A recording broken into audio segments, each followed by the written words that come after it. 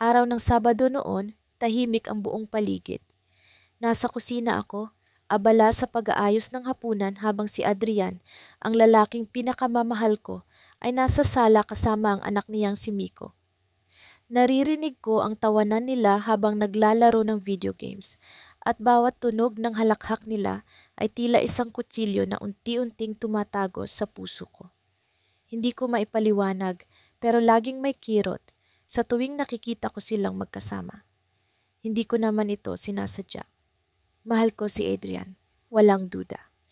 Pero sa bawat sandali ng kanilang koneksyon bilang mag-ama, palagi akong may tanong. May lugar ba talaga ako sa buhay nila? Hindi ako ang unang babae ni Adrian. Hindi rin ako ang unang ina ng anak niya. Si Angela, ang ina ni Miko, ang nauna.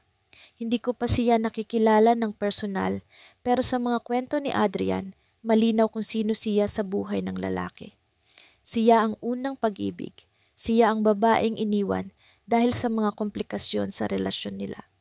Walang masyadong detalye si Adrian tungkol sa kanilang paghihiwalay ni hindi ko alam kung sino ang nagpasya na wakasan ang kanilang pagsasama. Pero ang alam ko lang, kahit wala na si Angela sa buhay niya, may bahagi pa rin siya na hindi ko maabot. Ang anak nila ang patunay. Habang nilalagyan ko ng sabaw ang mangkok, naramdaman kong lumapit si Miko sa kusina. Tita Lyra, gutom na ako, sabi niya habang nakangiti. Napaka-inosente ng bata. Wala siyang kamalay-malay sa agos ng emosyon sa ilalim ng bubong na ito. Tumugon ako sa kanya ng isang pilit na ngiti. Malapit na, Miko. Tawagin mo si Papa mo at maghahanda na tayo. Dumating si Adrian, bitbit ang cellphone niya, abala sa pag-scroll. Anong ulam natin? Tanong niya habang umupo sa mesa. Nilaga, sagot ko, sabay tingin sa kanya. Sinubukan kong basahin ang ekspresyon ng mukha niya, pero gaya ng dati, parang may kurtina na nakatakip sa mga mata niya. Alam kong mahal niya ako, pero may mga araw na parang hindi ko maramdaman iyon. Parang may lamat na hindi ko mahanap kung saan nagmula. Habang kumakain kami, biglang tumunog ang cellphone ni Adrian. Tiningnan niya ito at ngumiti ng bahagya. Sandali lang, sabi niya, sabay tayo at lumabas ng dining area. Napansin kong mabilis ang kilos niya, parang ayaw niyang marinig ko ang usapan. Hindi ko alam kung bakit, pero may kung anong bumangon sa dibdib ko. Selos? Takot? Hinintay kong bumalik siya, pero hindi rin ako nakatiis. Sinundan ko siya ng tahimik at nakiramdam sa likod ng dingding. Oo, Angela, sige, bukas na lang natin pag-usapan. Basta, ayusin natin ito para kay Miko. Narinig kong sabi niya. Ang pangalan niya, Angela. Parang bumagsak ang mundo ko sa isang iglap. Hindi ko alam kung ano ang ibig sabihin ng pag-uusap nila, pero sapat na ang narinig ko para magising ang mga pangamba ko. Bakit kailangan nila mag-usap? Ano ang aayusin? At bakit parang may tono ng kaalaman sa pagitan nila na hindi ko maabot? Bumalik ako sa mesa bago pa siya makita na nandoon ako. Pilit kong nilabanan ang mga luha. Hindi pwedeng malaman ni Adrian na narinig ko ang usapan nila. Hindi ko alam kung paano ko siya haharapin kung sakaling magtanong siya. Nang bumalik siya sa mesa, ngumiti siya sa akin. Pero hindi ko na nagawang ibalik ang nangiti. Napansin niya ito, pero hindi siya nagtanong. Pagkatapos ng hapunan, nagpasya kong linisin ang kusina mag-isa. Sinabi kong magpahinga na silang dalawa. Habang nagbabanlaw ako ng mga plato, hindi ko maalis sa isip ang pangalan ni Angela. Sa bawat patak ng tubig, naririnig ko ang boses ni Adrian na binabanggit ang pangalan niya. Hindi ko napigilan ang sarili ko. Kinuha ko ang cellphone ko at tiningnan ang social media profile ni Adrian. Hindi ko ito madalas ginagawa. Ayoko ng ganitong klase ng pag-uugali. Pero ngayong gabi, hindi ko mapigilan ang sarili ko. Sa huling bahagi ng kanyang mga mensahe, may nakita akong isang bagong notification. Isang larawan na ipinost ni Angela. Sa larawan, si Miko ay nakangiti habang yakap siya ng ina. May caption ito. Ang aming munting yaman. Mahal kita, Anak, hindi ko alam kung paano ko haharapin ang nararamdaman ko. Hindi ko dapat kinaiinisan si Angela. Siya ang ina ng bata. Pero bakit ganito? Bakit parang napakalayo ko sa buhay ni Adrian kahit nandito ako sa tabi niya? Habang nakatingin ako sa larawan, may biglang tumunog sa cellphone ko. Isang mensahe mula kay Adrian. Lyra, pwede ba tayo mag-usap mamaya? May mahalaga akong sasabihin. Tumingin ako sa orasan. Mag-aalas 10 na ng gabi. Bakit kailangan niya akong kausapin? Ano ang mahalaga? At bakit parang hindi maganda ang kutob ko? Pagkatapos ng unang taon namin ni Marco, akala ko'y natagpuan ko na ang kapayapaan sa bagong simula. Hindi perpekto ang relasyon namin, pero sa kabila ng mga pangamba ko sa nakaraan niya, pinili kong maniwala na kaya naming buuin ang sarili naming mundo. Nang malaman kong buntis ako, nag-uumapaw ang tuwa ko. Akala ko'y magiging sagot ang anak namin sa lahat ng agam-agam. Akala ko'y magiging tulay ito para tuluyang magkaisa ang mga puso namin. Pero mali pala ako. Sa unang pagkakataon, naramdaman kong may distansya si Marco sa tuwing pag-uusapan namin ng bata. Hindi ko may paliwanag, pero parang may pader sa pagitan namin na unti-unting tumataas habang lumalaki ang tiyan ko. Nagbibiro siya, oo, pero halata sa kanyang mga mata ang pag-iingat na para bang may kinukuwestiyon siya sa sarili niya. Naisip ko, baka takot lang siya sa responsibilidad. Pero paglipas ng mga buwan, hindi na maikakaila ang malamig na pakikitungo niya. Isang gabi, nakaupo siya sa tabi ko habang binabalot ko ang maliit na damit na binili namin para sa bata. Nakaayos ang crib sa kwarto at tila buo na ang lahat ng plano para sa pagdating ng anak namin. Ngunit sa halip na kasabikan, tahimik si Marco, nakatitig lamang sa dingding. Marco, parang hindi ka excited. Ano bang iniisip mo? Tanong ko. Hindi siya sumagot agad. Nang tumingin siya sa akin, may bigat sa kanyang mga mata na hindi ko pa kailanman nakita. Mahal, alam mo naman, hindi ko ito first time bilang ama. Napalunok ako. Alam ko iyon, pero iba ang pakiramdam nang biglang paalala niya ang katotohanan iyon. May anak siya sa una niyang partner, si Alex, ang batang madalas niyang binabanggit sa mga kwento, pero hindi niya kailanman ipinakilala sa akin. Lagi niyang sinasabi na magulo ang relasyon nila ng dating partner niya, kaya't hindi niya ako ginagawang bahagi ng mundo ng anak niya. Pinaniwalaan ko iyon. Pero anak natin ito, Marco, hindi ba dapat masaya ka rin para sa kanya? May panginginig ang boses ko. Tumayo siya, naglakad palayo sa crib at tumingin sa bintana. Hindi ko alam kung paano ko hahatiin ang sarili ko. Hindi ko alam kung kaya kong maging ama sa dalawang bata ng sabay. Ang mga salitang iyon ang tumama sa puso ko. Para bang may biglang humila sa akin pailalim. Hindi ko alam kung nasaktan ako dahil sa takot niya o dahil sa tila pag-aalinlangan niya sa anak namin. Bakit hindi mo subukan? Hindi mo pa nga nakikita ang anak natin, Marco. Hindi pa nga siya dumadating. Sagot ko, pilit na nilalabanan ang luha. Hindi siya sumagot. Ilang linggo ang lumipas bago muling bumalik si Marco sa dating sigla niya, pero alam kong may bumabagabag sa kanya. Hindi ko rin maiwasang maapektuhan. Sa tuwing nakikita ko ang crib, ang mga damit, ang mga laruan, para bang may kaunting lungkot na bumabalot sa akin. Mga tanong kung magiging sapat ba ang pamilya namin o kung talagang buo ang commitment ni Marco sa amin. Ang sagot sa tanong ko ay dumating sa araw ng panganganak ko. Nasa ospital ako, pinanghihinaan ng katawan pero masaya. Si Marco ang unang humawak sa anak namin at sa unang pagkakataon, nakita ko siyang ngumiti ng totoo. Tila nawala ang mga alinlangan niya, ang tingin niya sa bata ay puno ng pagmamahal. Lahat ng pagdududa ko ay tila nawala sa sandaling iyon. Akala ko, ito na ang simula ng mas masaya naming buhay. Pero sa parehong araw ding iyon, dumating ang isang hindi inaasahang bisita. Habang nagpapahinga ako sa kwarto, narinig kong nag-uusap sina Marco at isang babae sa labas. Humina ang boses ni Marco pero may tensyon sa tono niya. Hindi ko alam kung bakit pero bigla akong kinabahan. Hindi ko na napigilan ang sarili kong tumayo kahit pa mahina ang katawan ko at sumilip sa maliit na siwang ng pinto. Ang babae ay si Karina, ang dating partner ni Marco, ang ina ni Alex. Hindi ko siya inaasahan doon pero naroon siya, may hawak na isang bag na tila may laman. Ang mukha niya ay seryoso, walang bakas ng nangiti. Marco, kailangan mong magdesisyon. Hindi pwedeng ganito lagi. Hindi pwedeng hati ang oras mo sa dalawang pamilya. Narinig kong sabi niya. Karina, ngayon lang, hindi ba pwedeng pagbigyan mo muna ako? Kakapanganak lang ni... Tumigil si Marco sa pagsasalita pero naramdaman ko ang bigat sa kanyang boses. Hindi mo ba naiisip si Alex? Hindi mo ba naiisip ang anak mo sa akin? Hindi lang ikaw ang may bagong simula, Marco.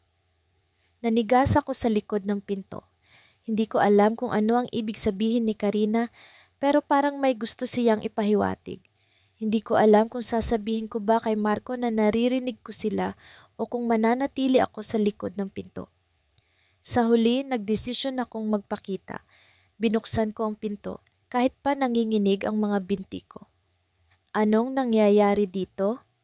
Tanong ko, pilit na pinapalakas ang boses ko. Napatingin si Karina sa akin at sa unang pagkakataon, nakita ko ang galit sa kanyang mga mata. Pero sa halip na sagutin ako, tumingin siya kay Marco.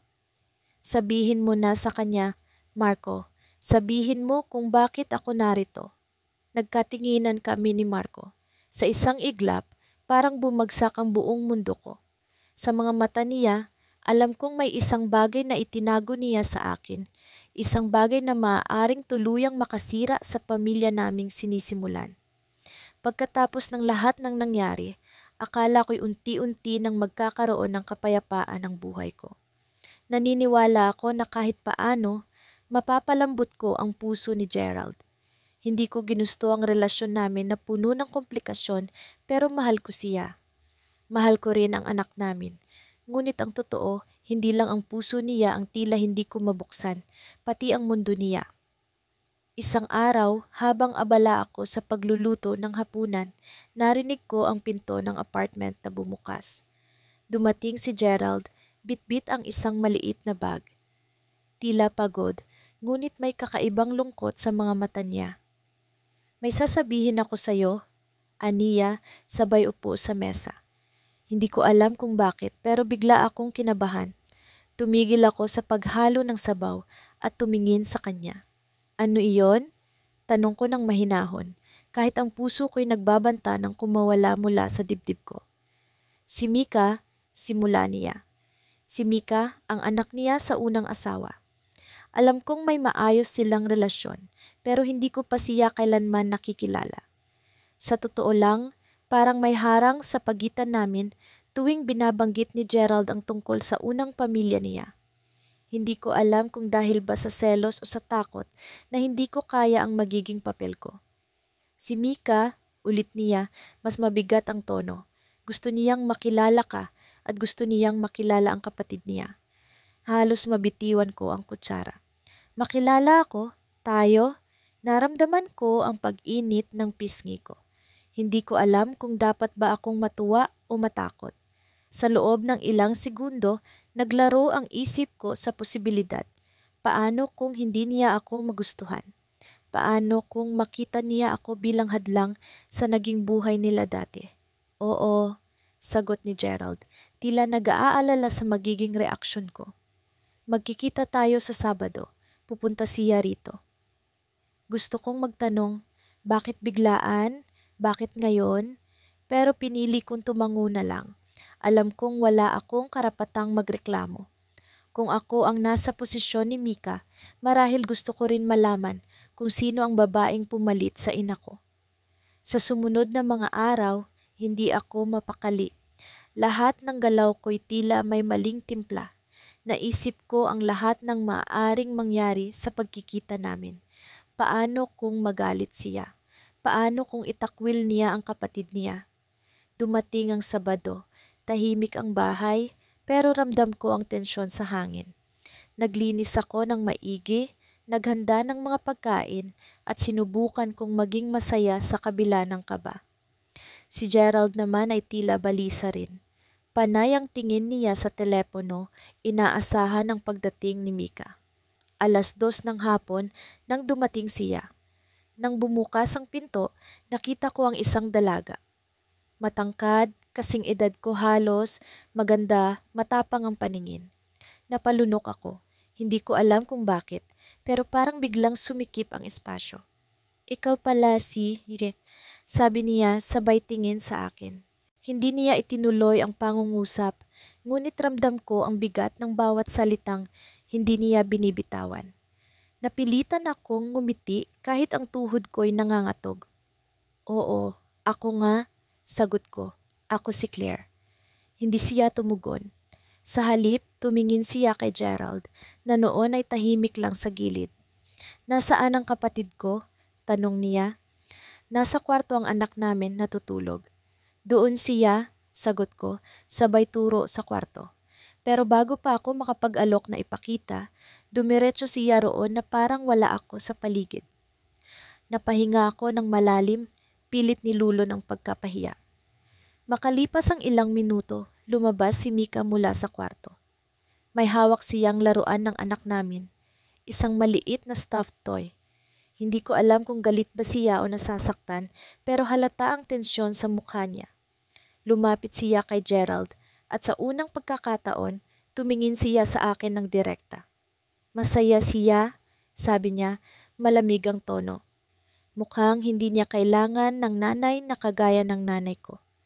Halos bumagsak ang mundo ko sa narinig ko. Hindi ko alam kung dapat ba akong sumagot o manahimik. Pero bago pa ako makapagsalita, tumayo si Gerald at hinawakan ang balikat ni Mika. Hindi mo na iintindihan, aniya, may dahilan kung bakit tayo nandito ngayon. Hindi ko naiintindihan, sagot ni Mika, tila nagbabanta ang boses. O baka kayo ang hindi nakakaintindi kung gaano kahirap para sa akin na makita ang anak mo sa babaeng iba sa ina ko. Naubusan ako ng salita. Hindi ko alam kung dapat bang ipagtanggol ko ang sarili ko o hayaan silang mag-usap.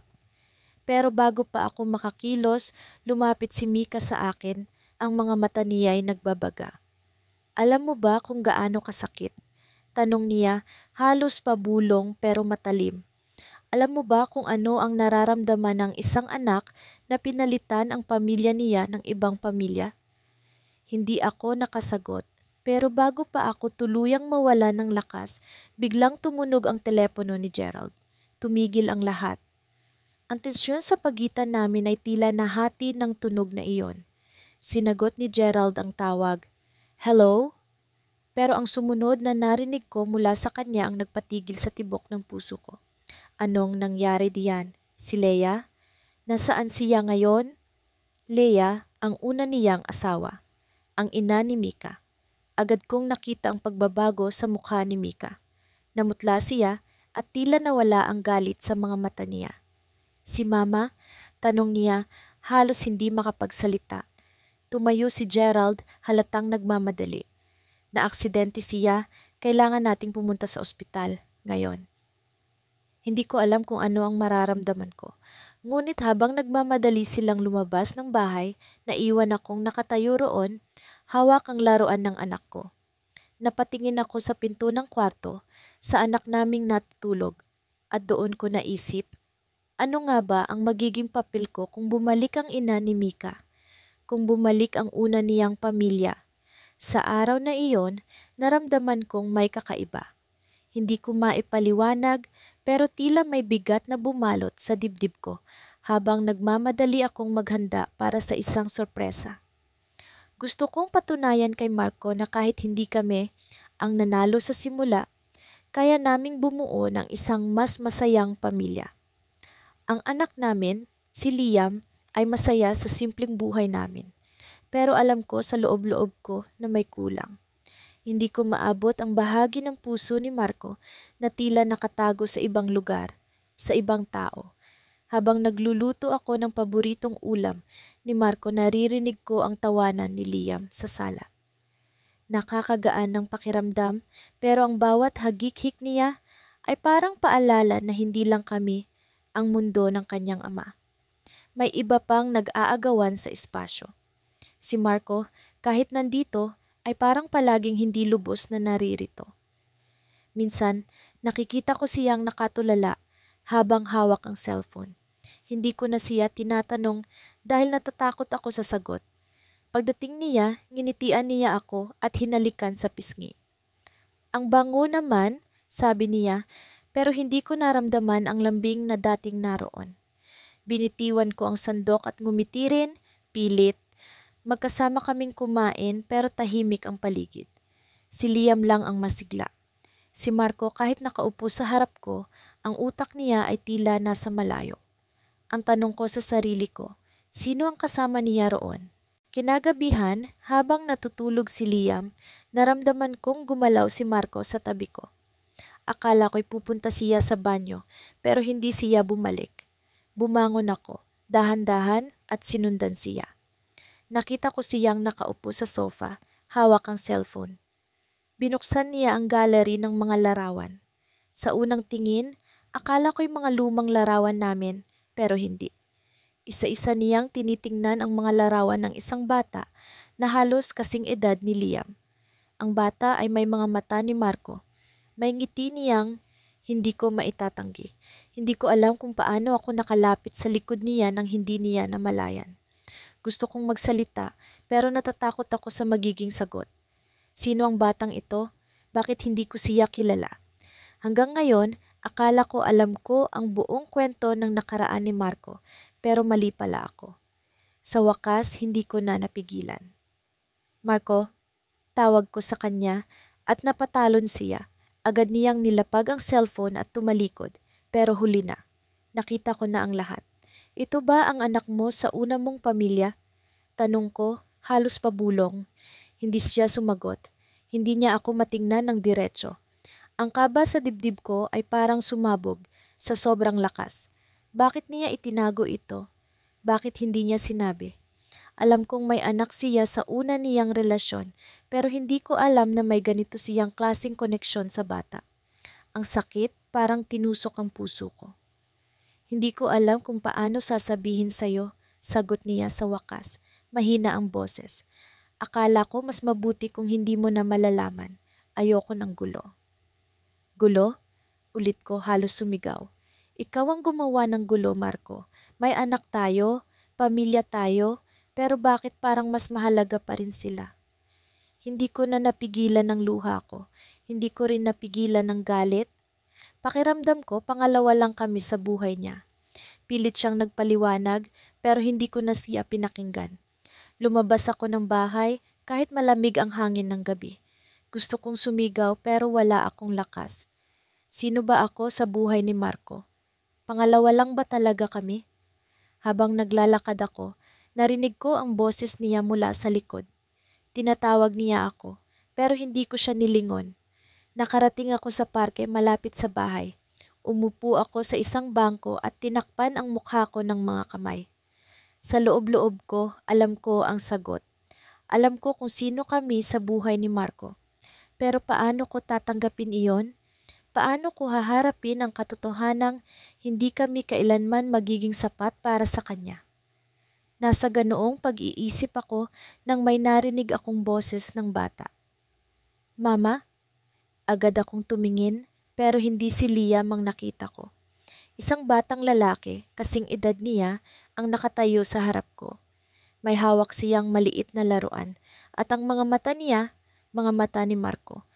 Tumingin ako sa paligid, naghahanap ng iba pang tao, pero kami lang ang naroon. Sino ka? Tanong ko, nanginginig ang boses, hindi siya sumagot.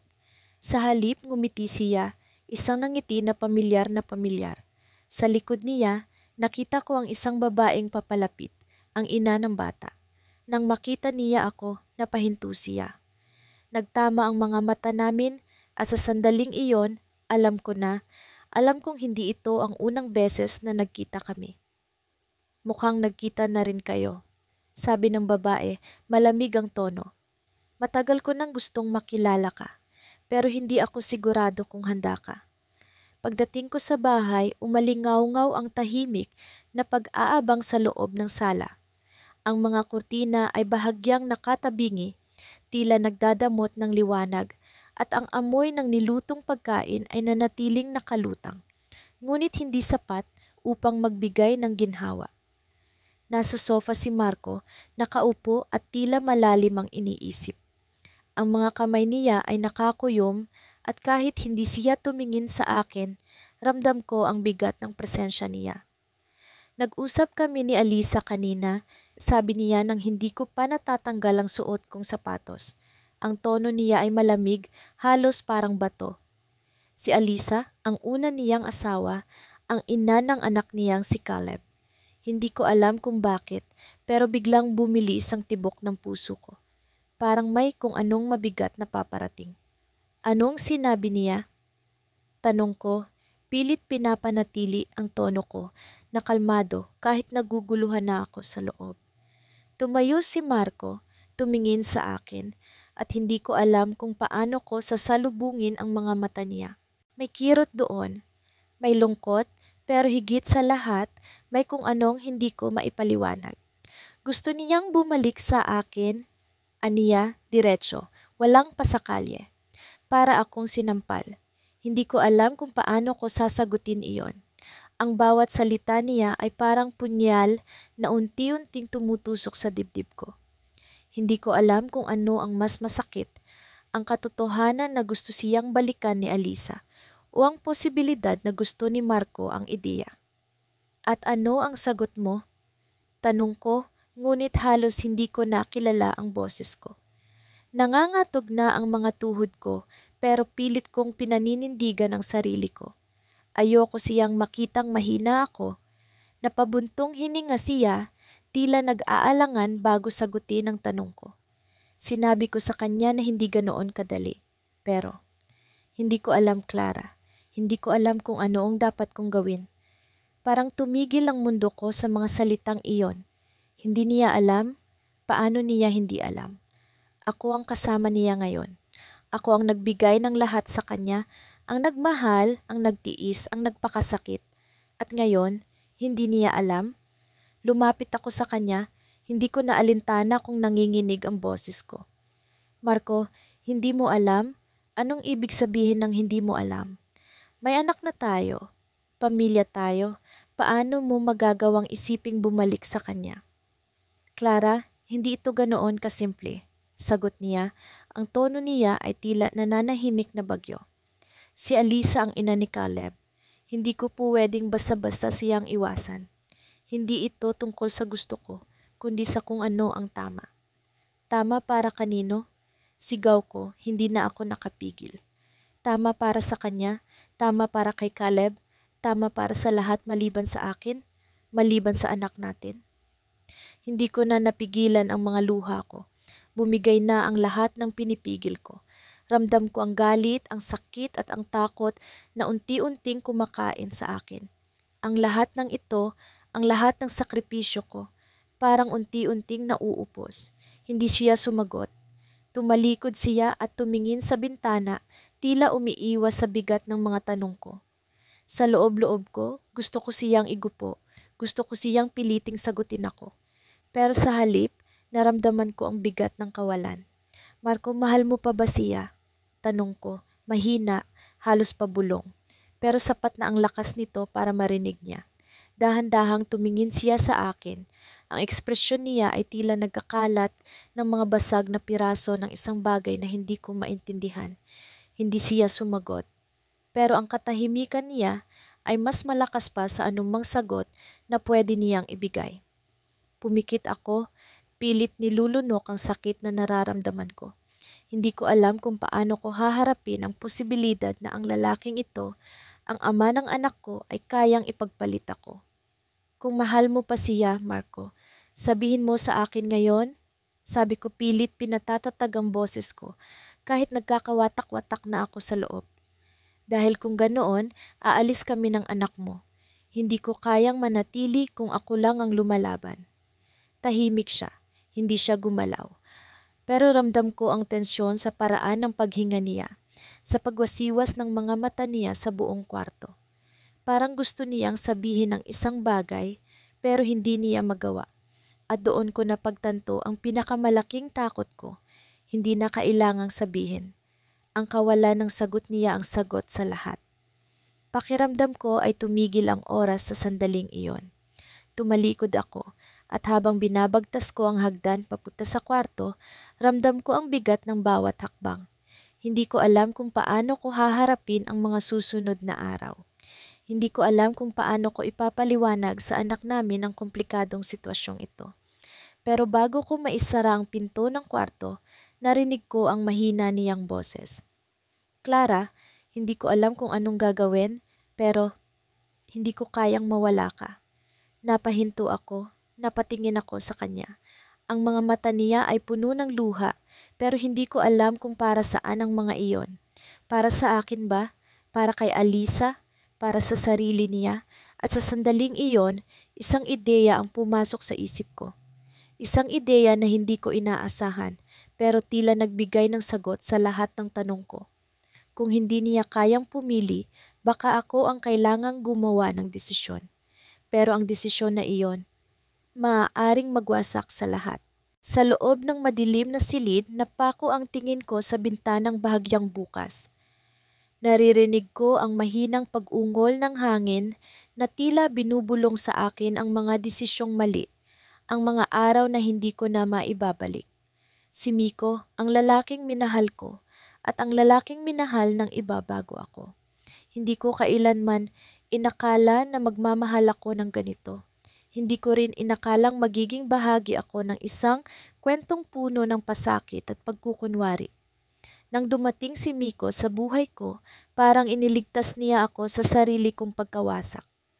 Ang mga mata niyang puno ng pangako, ang dahan-dahan niyang paghawak sa kamay ko, ang mga salitang binitiwan niya na tila musika sa tenga, lahat iyon ang dahilan kung bakit ako bumigay. Pero ngayon, ang parehong kamay na iyon ay madalas na nakasalalay sa balikat ng ibang babae. Ang musika ay naging ingay at ang pangako, isang kasinungalingan. Siya ang ama ng anak ko, si Lika, ang anak na nagbigay ng bagong direksyon sa buhay ko. Pero sa tuwing nakikita ko si Lika, hindi ko maiwasang maalala ang katotohanan. Hindi ako ang una. May ibang mas una. Ang anak ni Miko kay Hana, ang unang babaeng minahal niya, ang unang naniniwala sa mga pangakong binitiwan niya. Si Adrian.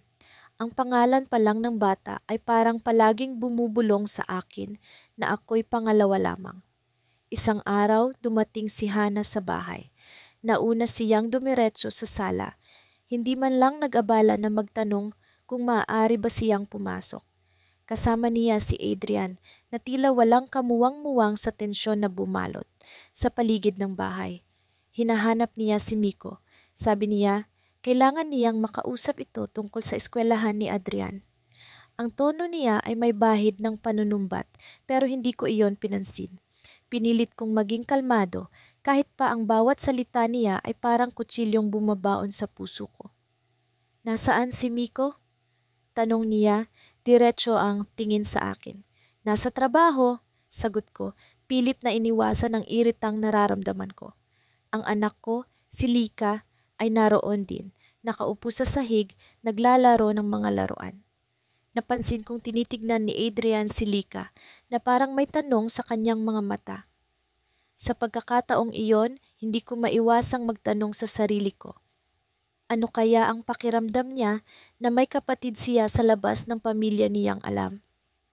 Sabihin mo sa kanya, kailangan ko siyang makausap agad.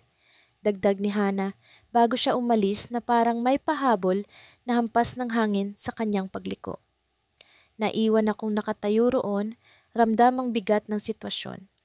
Si Lika, inosenteng naglalaro, si Adrian na tila naguguluhan, si Hana na puno ng galit. At ako na nagtatangkang magpanggap na kaya ko ang lahat. Kinagabihan, dumating si Miko. Pagod siya, pero hindi ko mapigilang magbuka ng bibig. Nagpunta si Hana dito. Sabi ko, diretso ang tingin sa kanya. Hindi ko na hinintay ang sagot niya. Miko, hanggang kailan ganito? Hanggang kailan ako magpapanggap na okay lang, na palaging nandiyan siya sa buhay mo, na parang may lugar na hindi ko kayang kunin? Tumahimik si Miko. Hindi niya sinagot ang tanong ko. Sa halip, tumingin siya sa anak namin, si Lika, at ngumiti. Ang nangiting iyon, na minsan kong pinaniwalaan, ngayon ay tila isang maskara na lang. Tumayo siya, lumapit kay Lika, at kinarga ang bata. Ramdam ko ang pag-iwas niya sa usapan, at ramdam ko rin ang sakit sa puso ko. Ngunit ang lahat ng ito ay tila isang tahimik na bagyo. Hindi ko alam na ang tunay na unos ay paparating pa lang.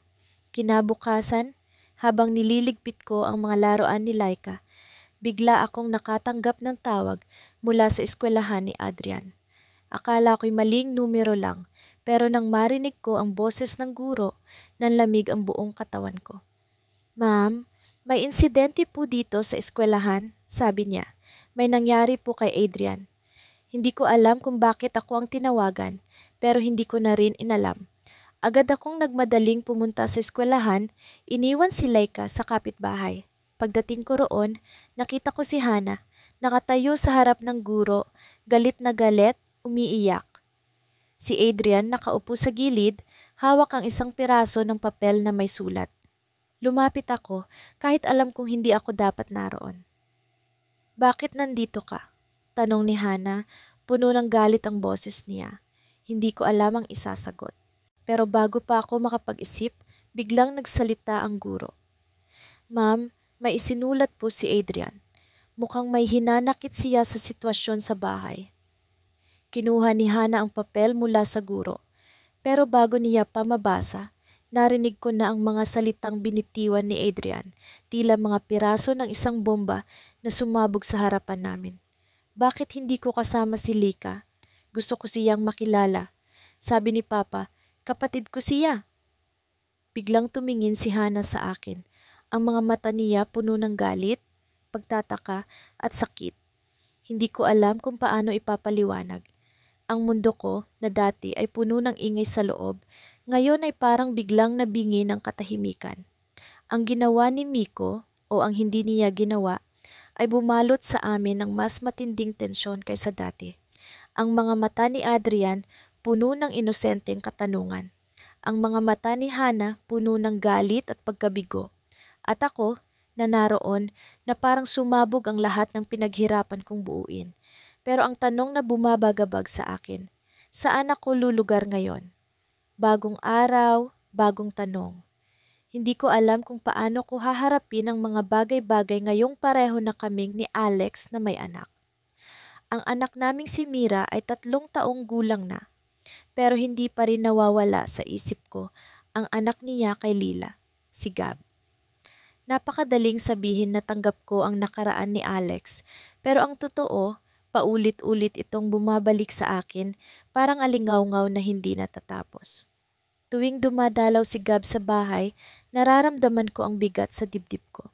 Hindi ko masisisi ang bata, siya ang unang anak ni Alex, ang unang pagmamahal.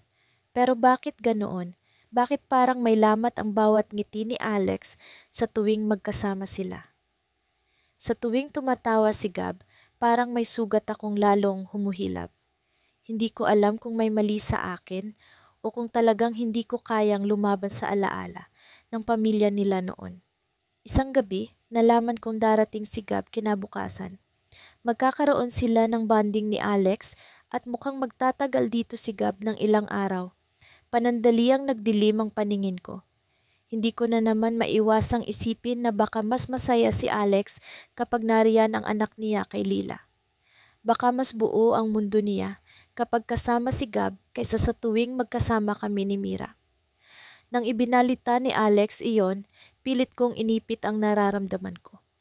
Nagpakita ako ng nangiti, pero nasa likod nito ang tanong. Kailan naman ako ang pipiliin mong unahin?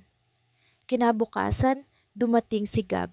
Halos lumundag si Alex sa tuwa nang makita ang anak niya. Agad niya itong niyakap at naramdaman kong parang nawala ako sa eksena. Si Mira naman, umiikot sa tabi ni Alex, pilit na inaagaw ang atensyon nito. "Papa, tingnan mo ako!" Sigaw ni Mira habang tumatakbo sa paligid. Ngunit hindi tumingin si Alex. Nakatuon ang mata niya kay Gab na may hawak pang laruan at kinukuwento ang kung anu-anong bagay tungkol sa eskwela. Naiwan akong nakatayo sa gilid, pinagmamasdan ng eksena.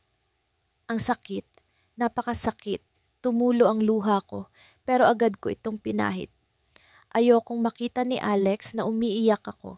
Ayokong malaman niyang hindi ko matanggap ang ganitong sitwasyon. Pero sa loob-loob ko, para akong sumisigaw.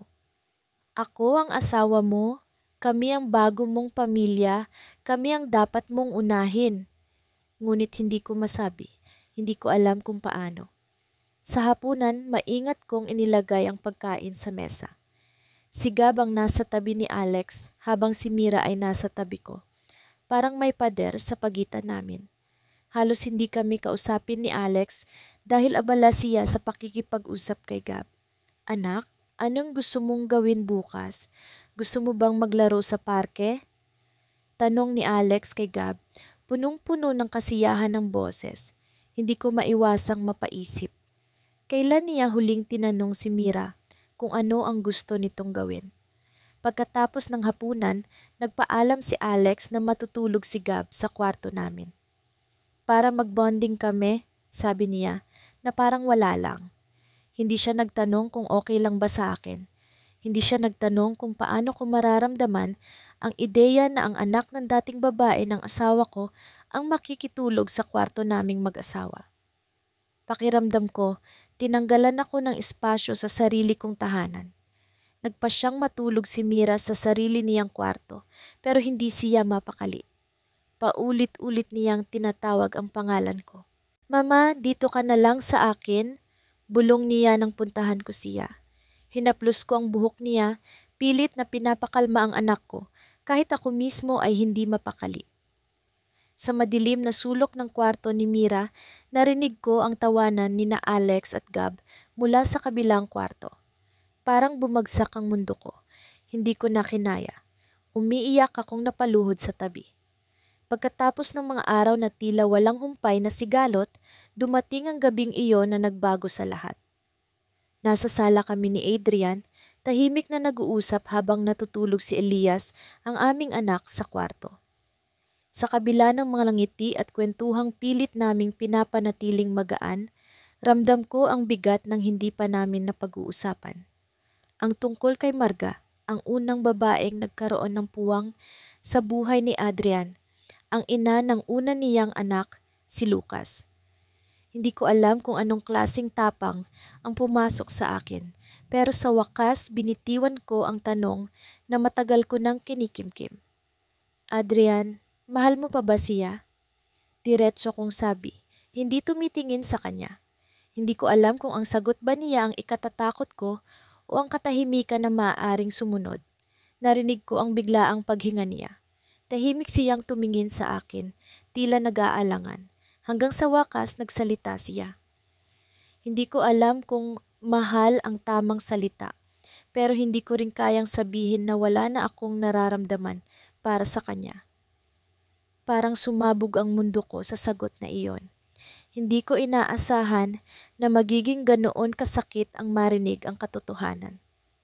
Sa sandaling iyon, naramdaman kong parang hindi sapat ang lahat ng sakripisyo ko para ipaglaban ang relasyon namin.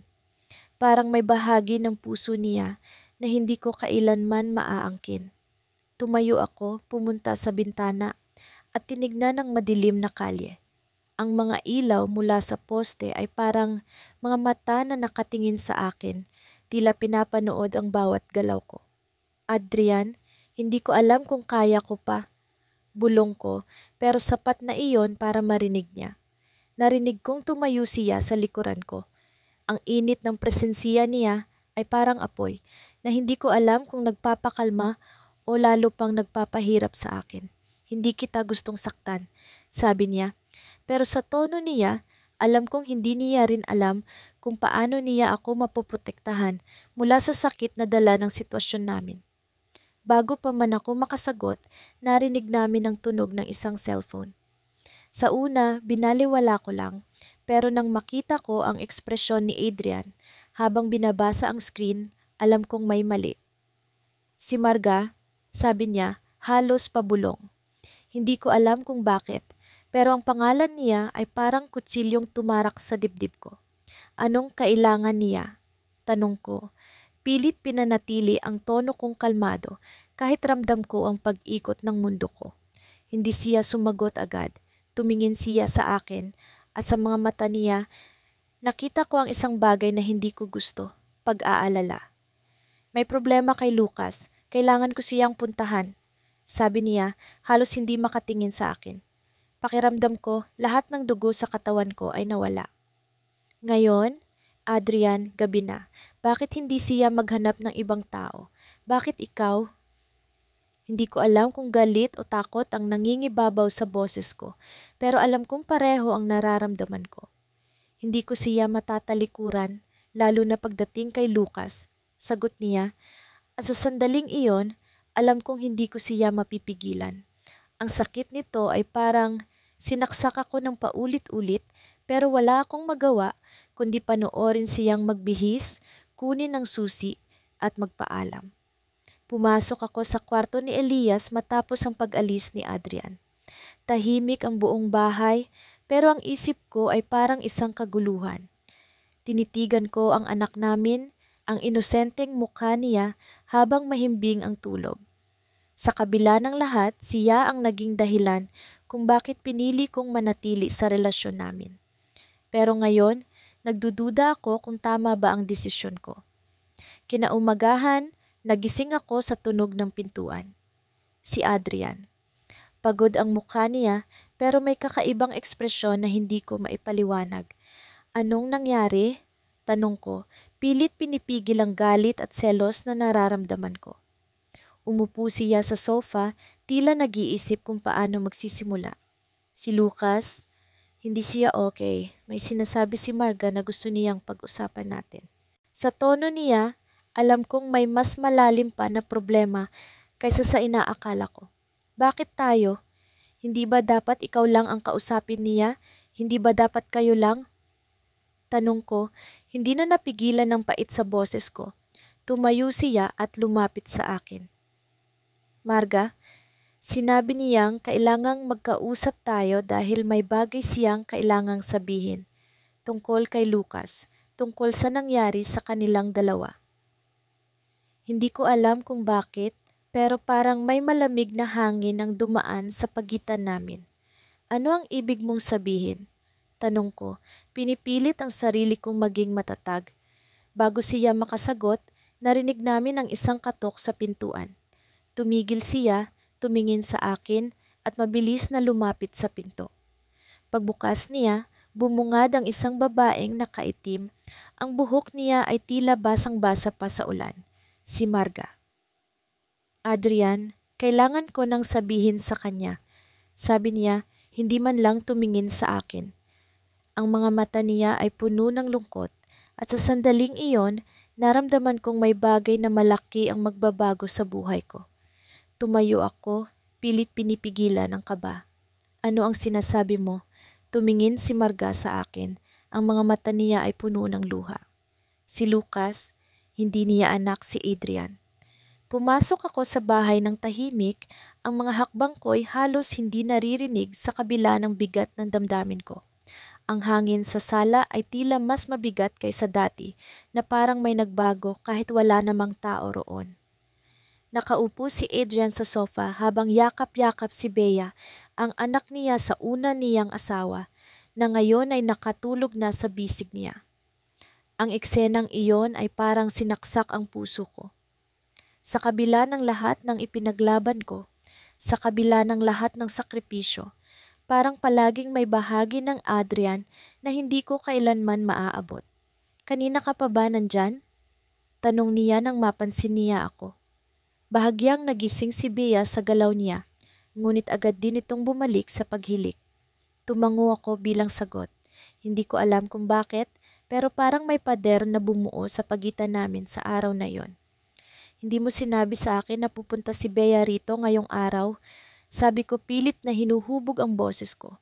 para hindi magtunog galit. Pero alam niyang may bigat ang mga salita ko.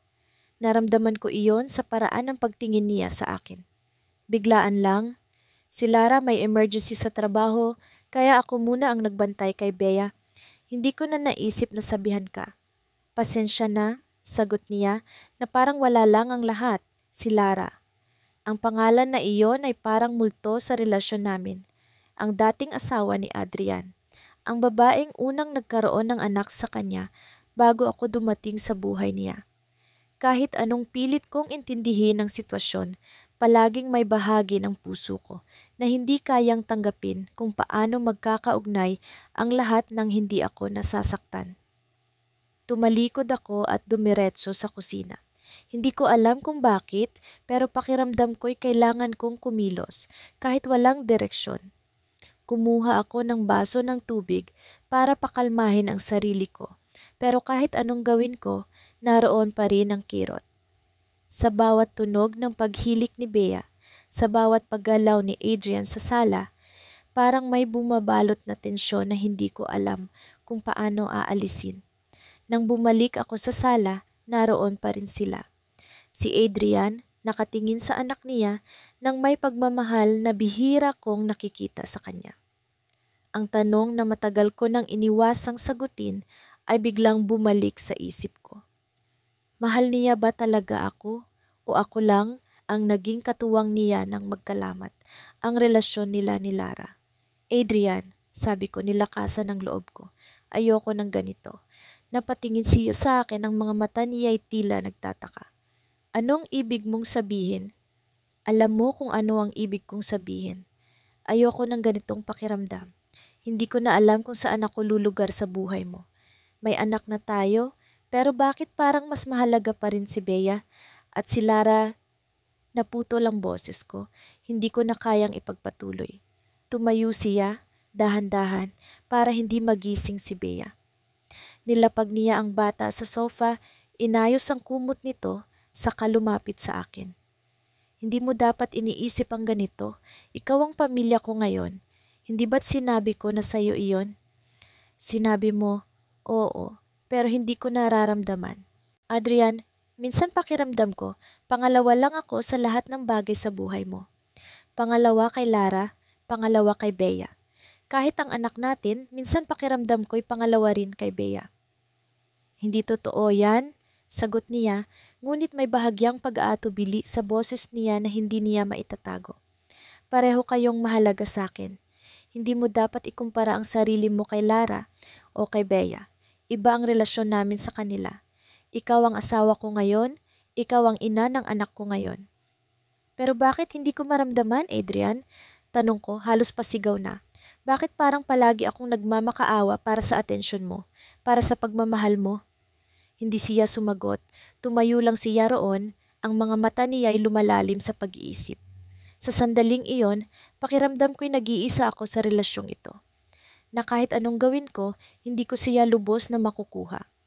Bago pa man siya makasagot, narinig namin ang pagkalabog mula sa pinto. Pareho kaming napatingin.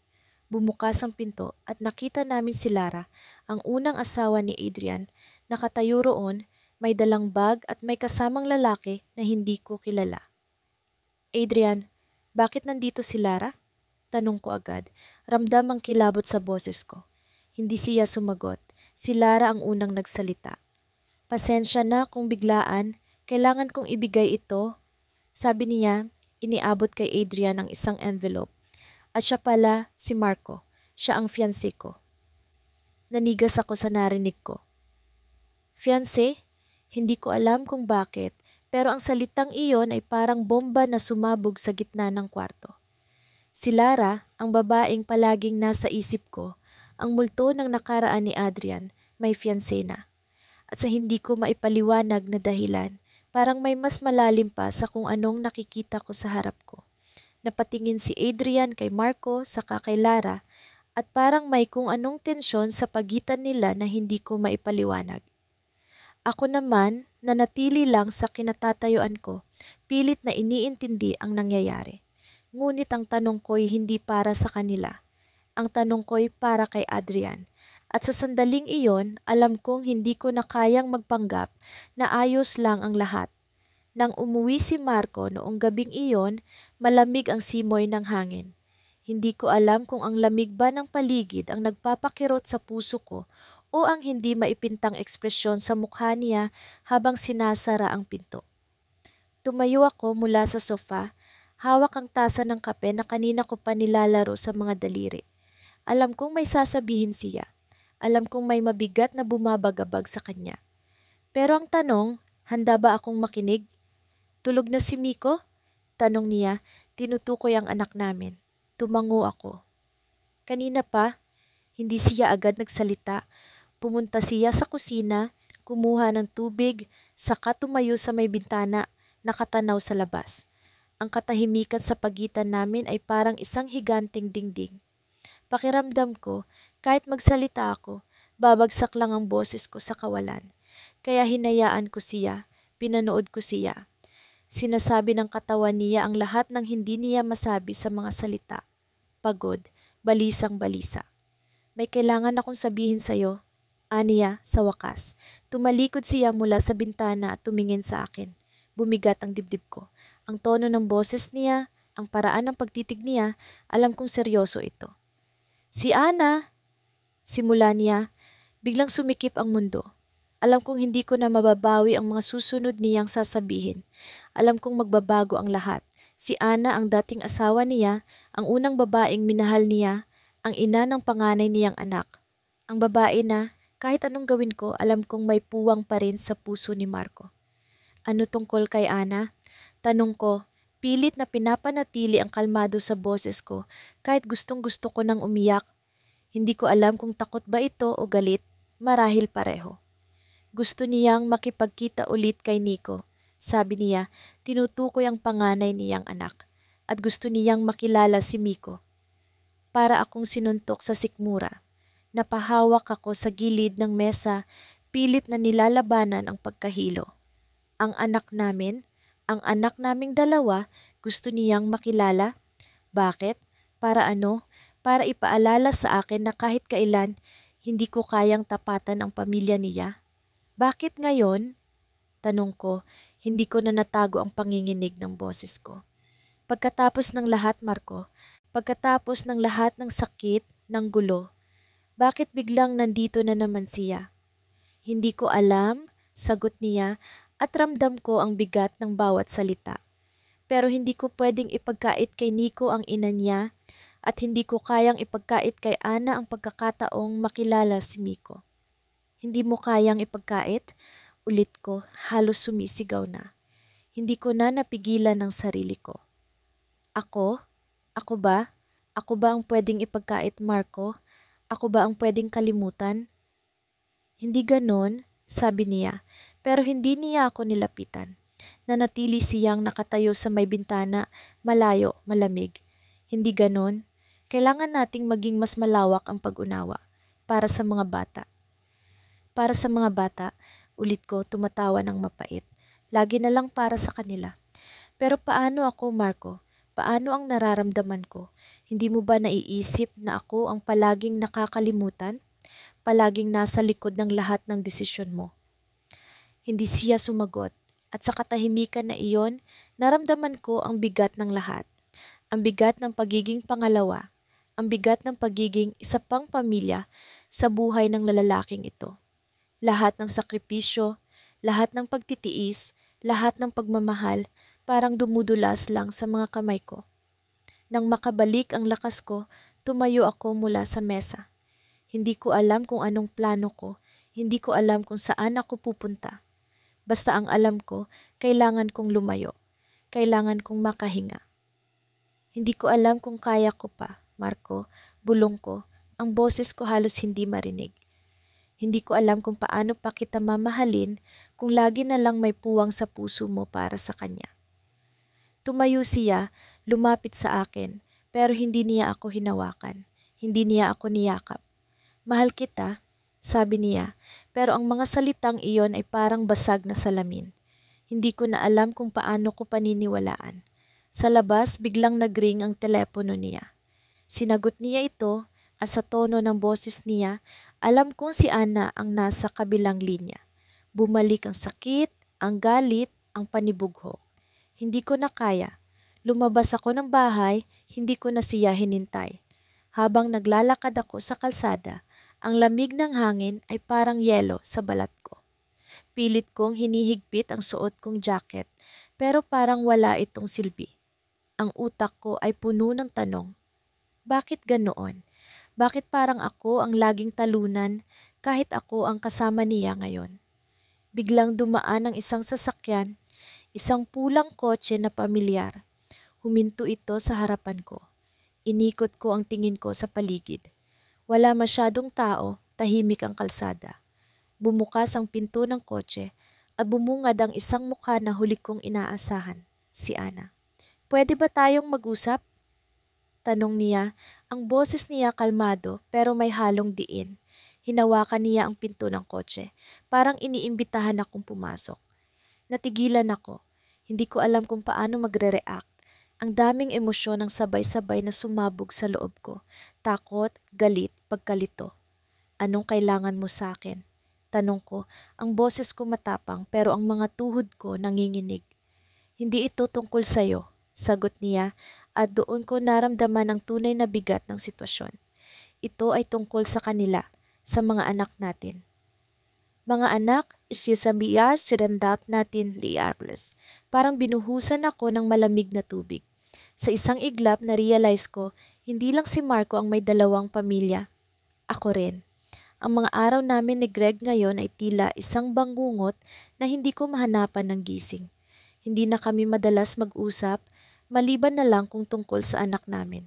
Sa tuwing titignan ko siya, parang may pader sa pagitan naming dalawa. Isang pader na ako mismo ang nagpatayo, ngunit hindi ko alam kung paano ito babaklasin. Kanina, habang inaayos ko ang mga laruan ni Caleb sa sala, napansin kong iniwan ni Greg ang kanyang telepono sa mesa. Hindi ko na balak hawakan iyon, ngunit nang magring ito, tumingin ako sa screen. Ang pangalan ni Lucille ang lumitaw, ang unang asawa ni Greg, ang ina ng anak niyang si Tio. Hindi ko alam kung bakit, pero bigla akong kinabahan. Parang may sumisiksik sa dibdib ko, isang pakiramdam na hindi ko maipaliwanag. Sinagot ni Greg ang tawag sa kusina, malayo sa akin.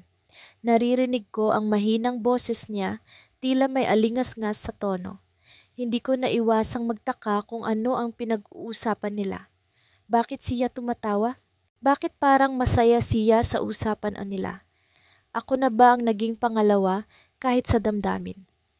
Pagkatapos ng tawag bumalik si Greg sa sala. Hindi siya tumingin sa akin, parang wala akong mukha. Sinundan ko siya ng tingin, umaasang magpapaliwanag siya kung bakit tumawag si Lucille, kung bakit parang may kung anong lungkot sa mga mata niya. Pero wala siyang sinabing kahit ano. Tuluyan na siyang umakyat sa kwarto. Bumuntong hininga ako, pilit kinakalma ang sarili. Ayokong maging mapaghinala, pero paano ko pipigilan ang sarili ko? Minsan iniisip ko kung tama bang pumasok ako sa relasyong ito, kung tama bang ipinaglaban ko ang pagmamahal namin.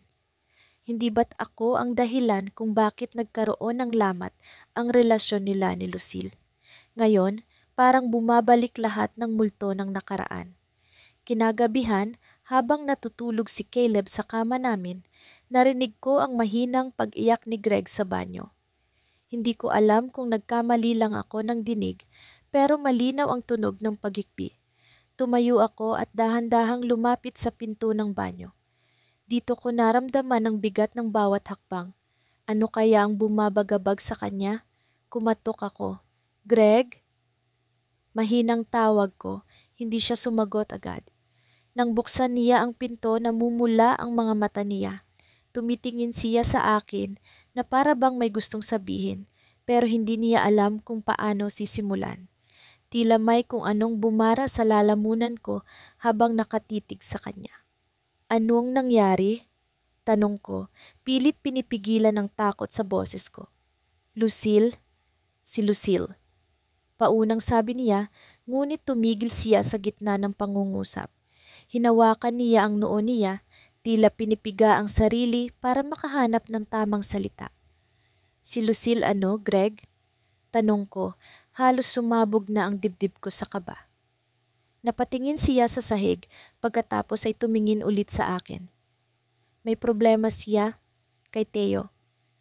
Hindi ko alam kung anong klaseng problema ang tinutukoy niya, pero bago ko pa siya tanungin, bigla niyang sinabi ang mga salitang hindi ko inaasahan.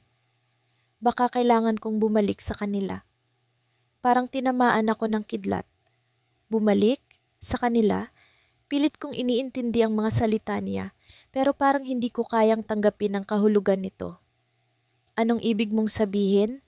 Tanong ko, pilit pinapanatili ang kalmadong tono, kahit na ang puso ko'y nagwawala na. Si Greg ay tila nag-aalinlangan, pero hindi na niya inilihim ang totoo. Si Theo, may sakit siya at kailangan nila ako. Ang bawat salita niya ay parang suntok sa dibdib ko. Alam kong ama siya at alam kong mahal niya si Theo. Pero paano naman kami? Paano ang anak namin ni Caleb? Hindi ko alam kung may karapatan akong magalit, pero nararamdaman ko ang galit, ang sakit, ang selos na tila sumasakal sa akin. At kami, Greg, hindi mo ba kami kailangan? Tanong ko, hindi na napigilan ang panginginig ng boses ko. Tina, hindi ganun kadali. Sagot niya, pero hindi na niya natapos ang sinasabi. Tumalikod na siya, iniwan akong nakatayo sa harap ng pinto ng banyo. Hindi ko alam kung paano ako nakabalik sa kwarto. Ang gabing iyon ay punong-puno ng tanong, ng pag-aalinlangan.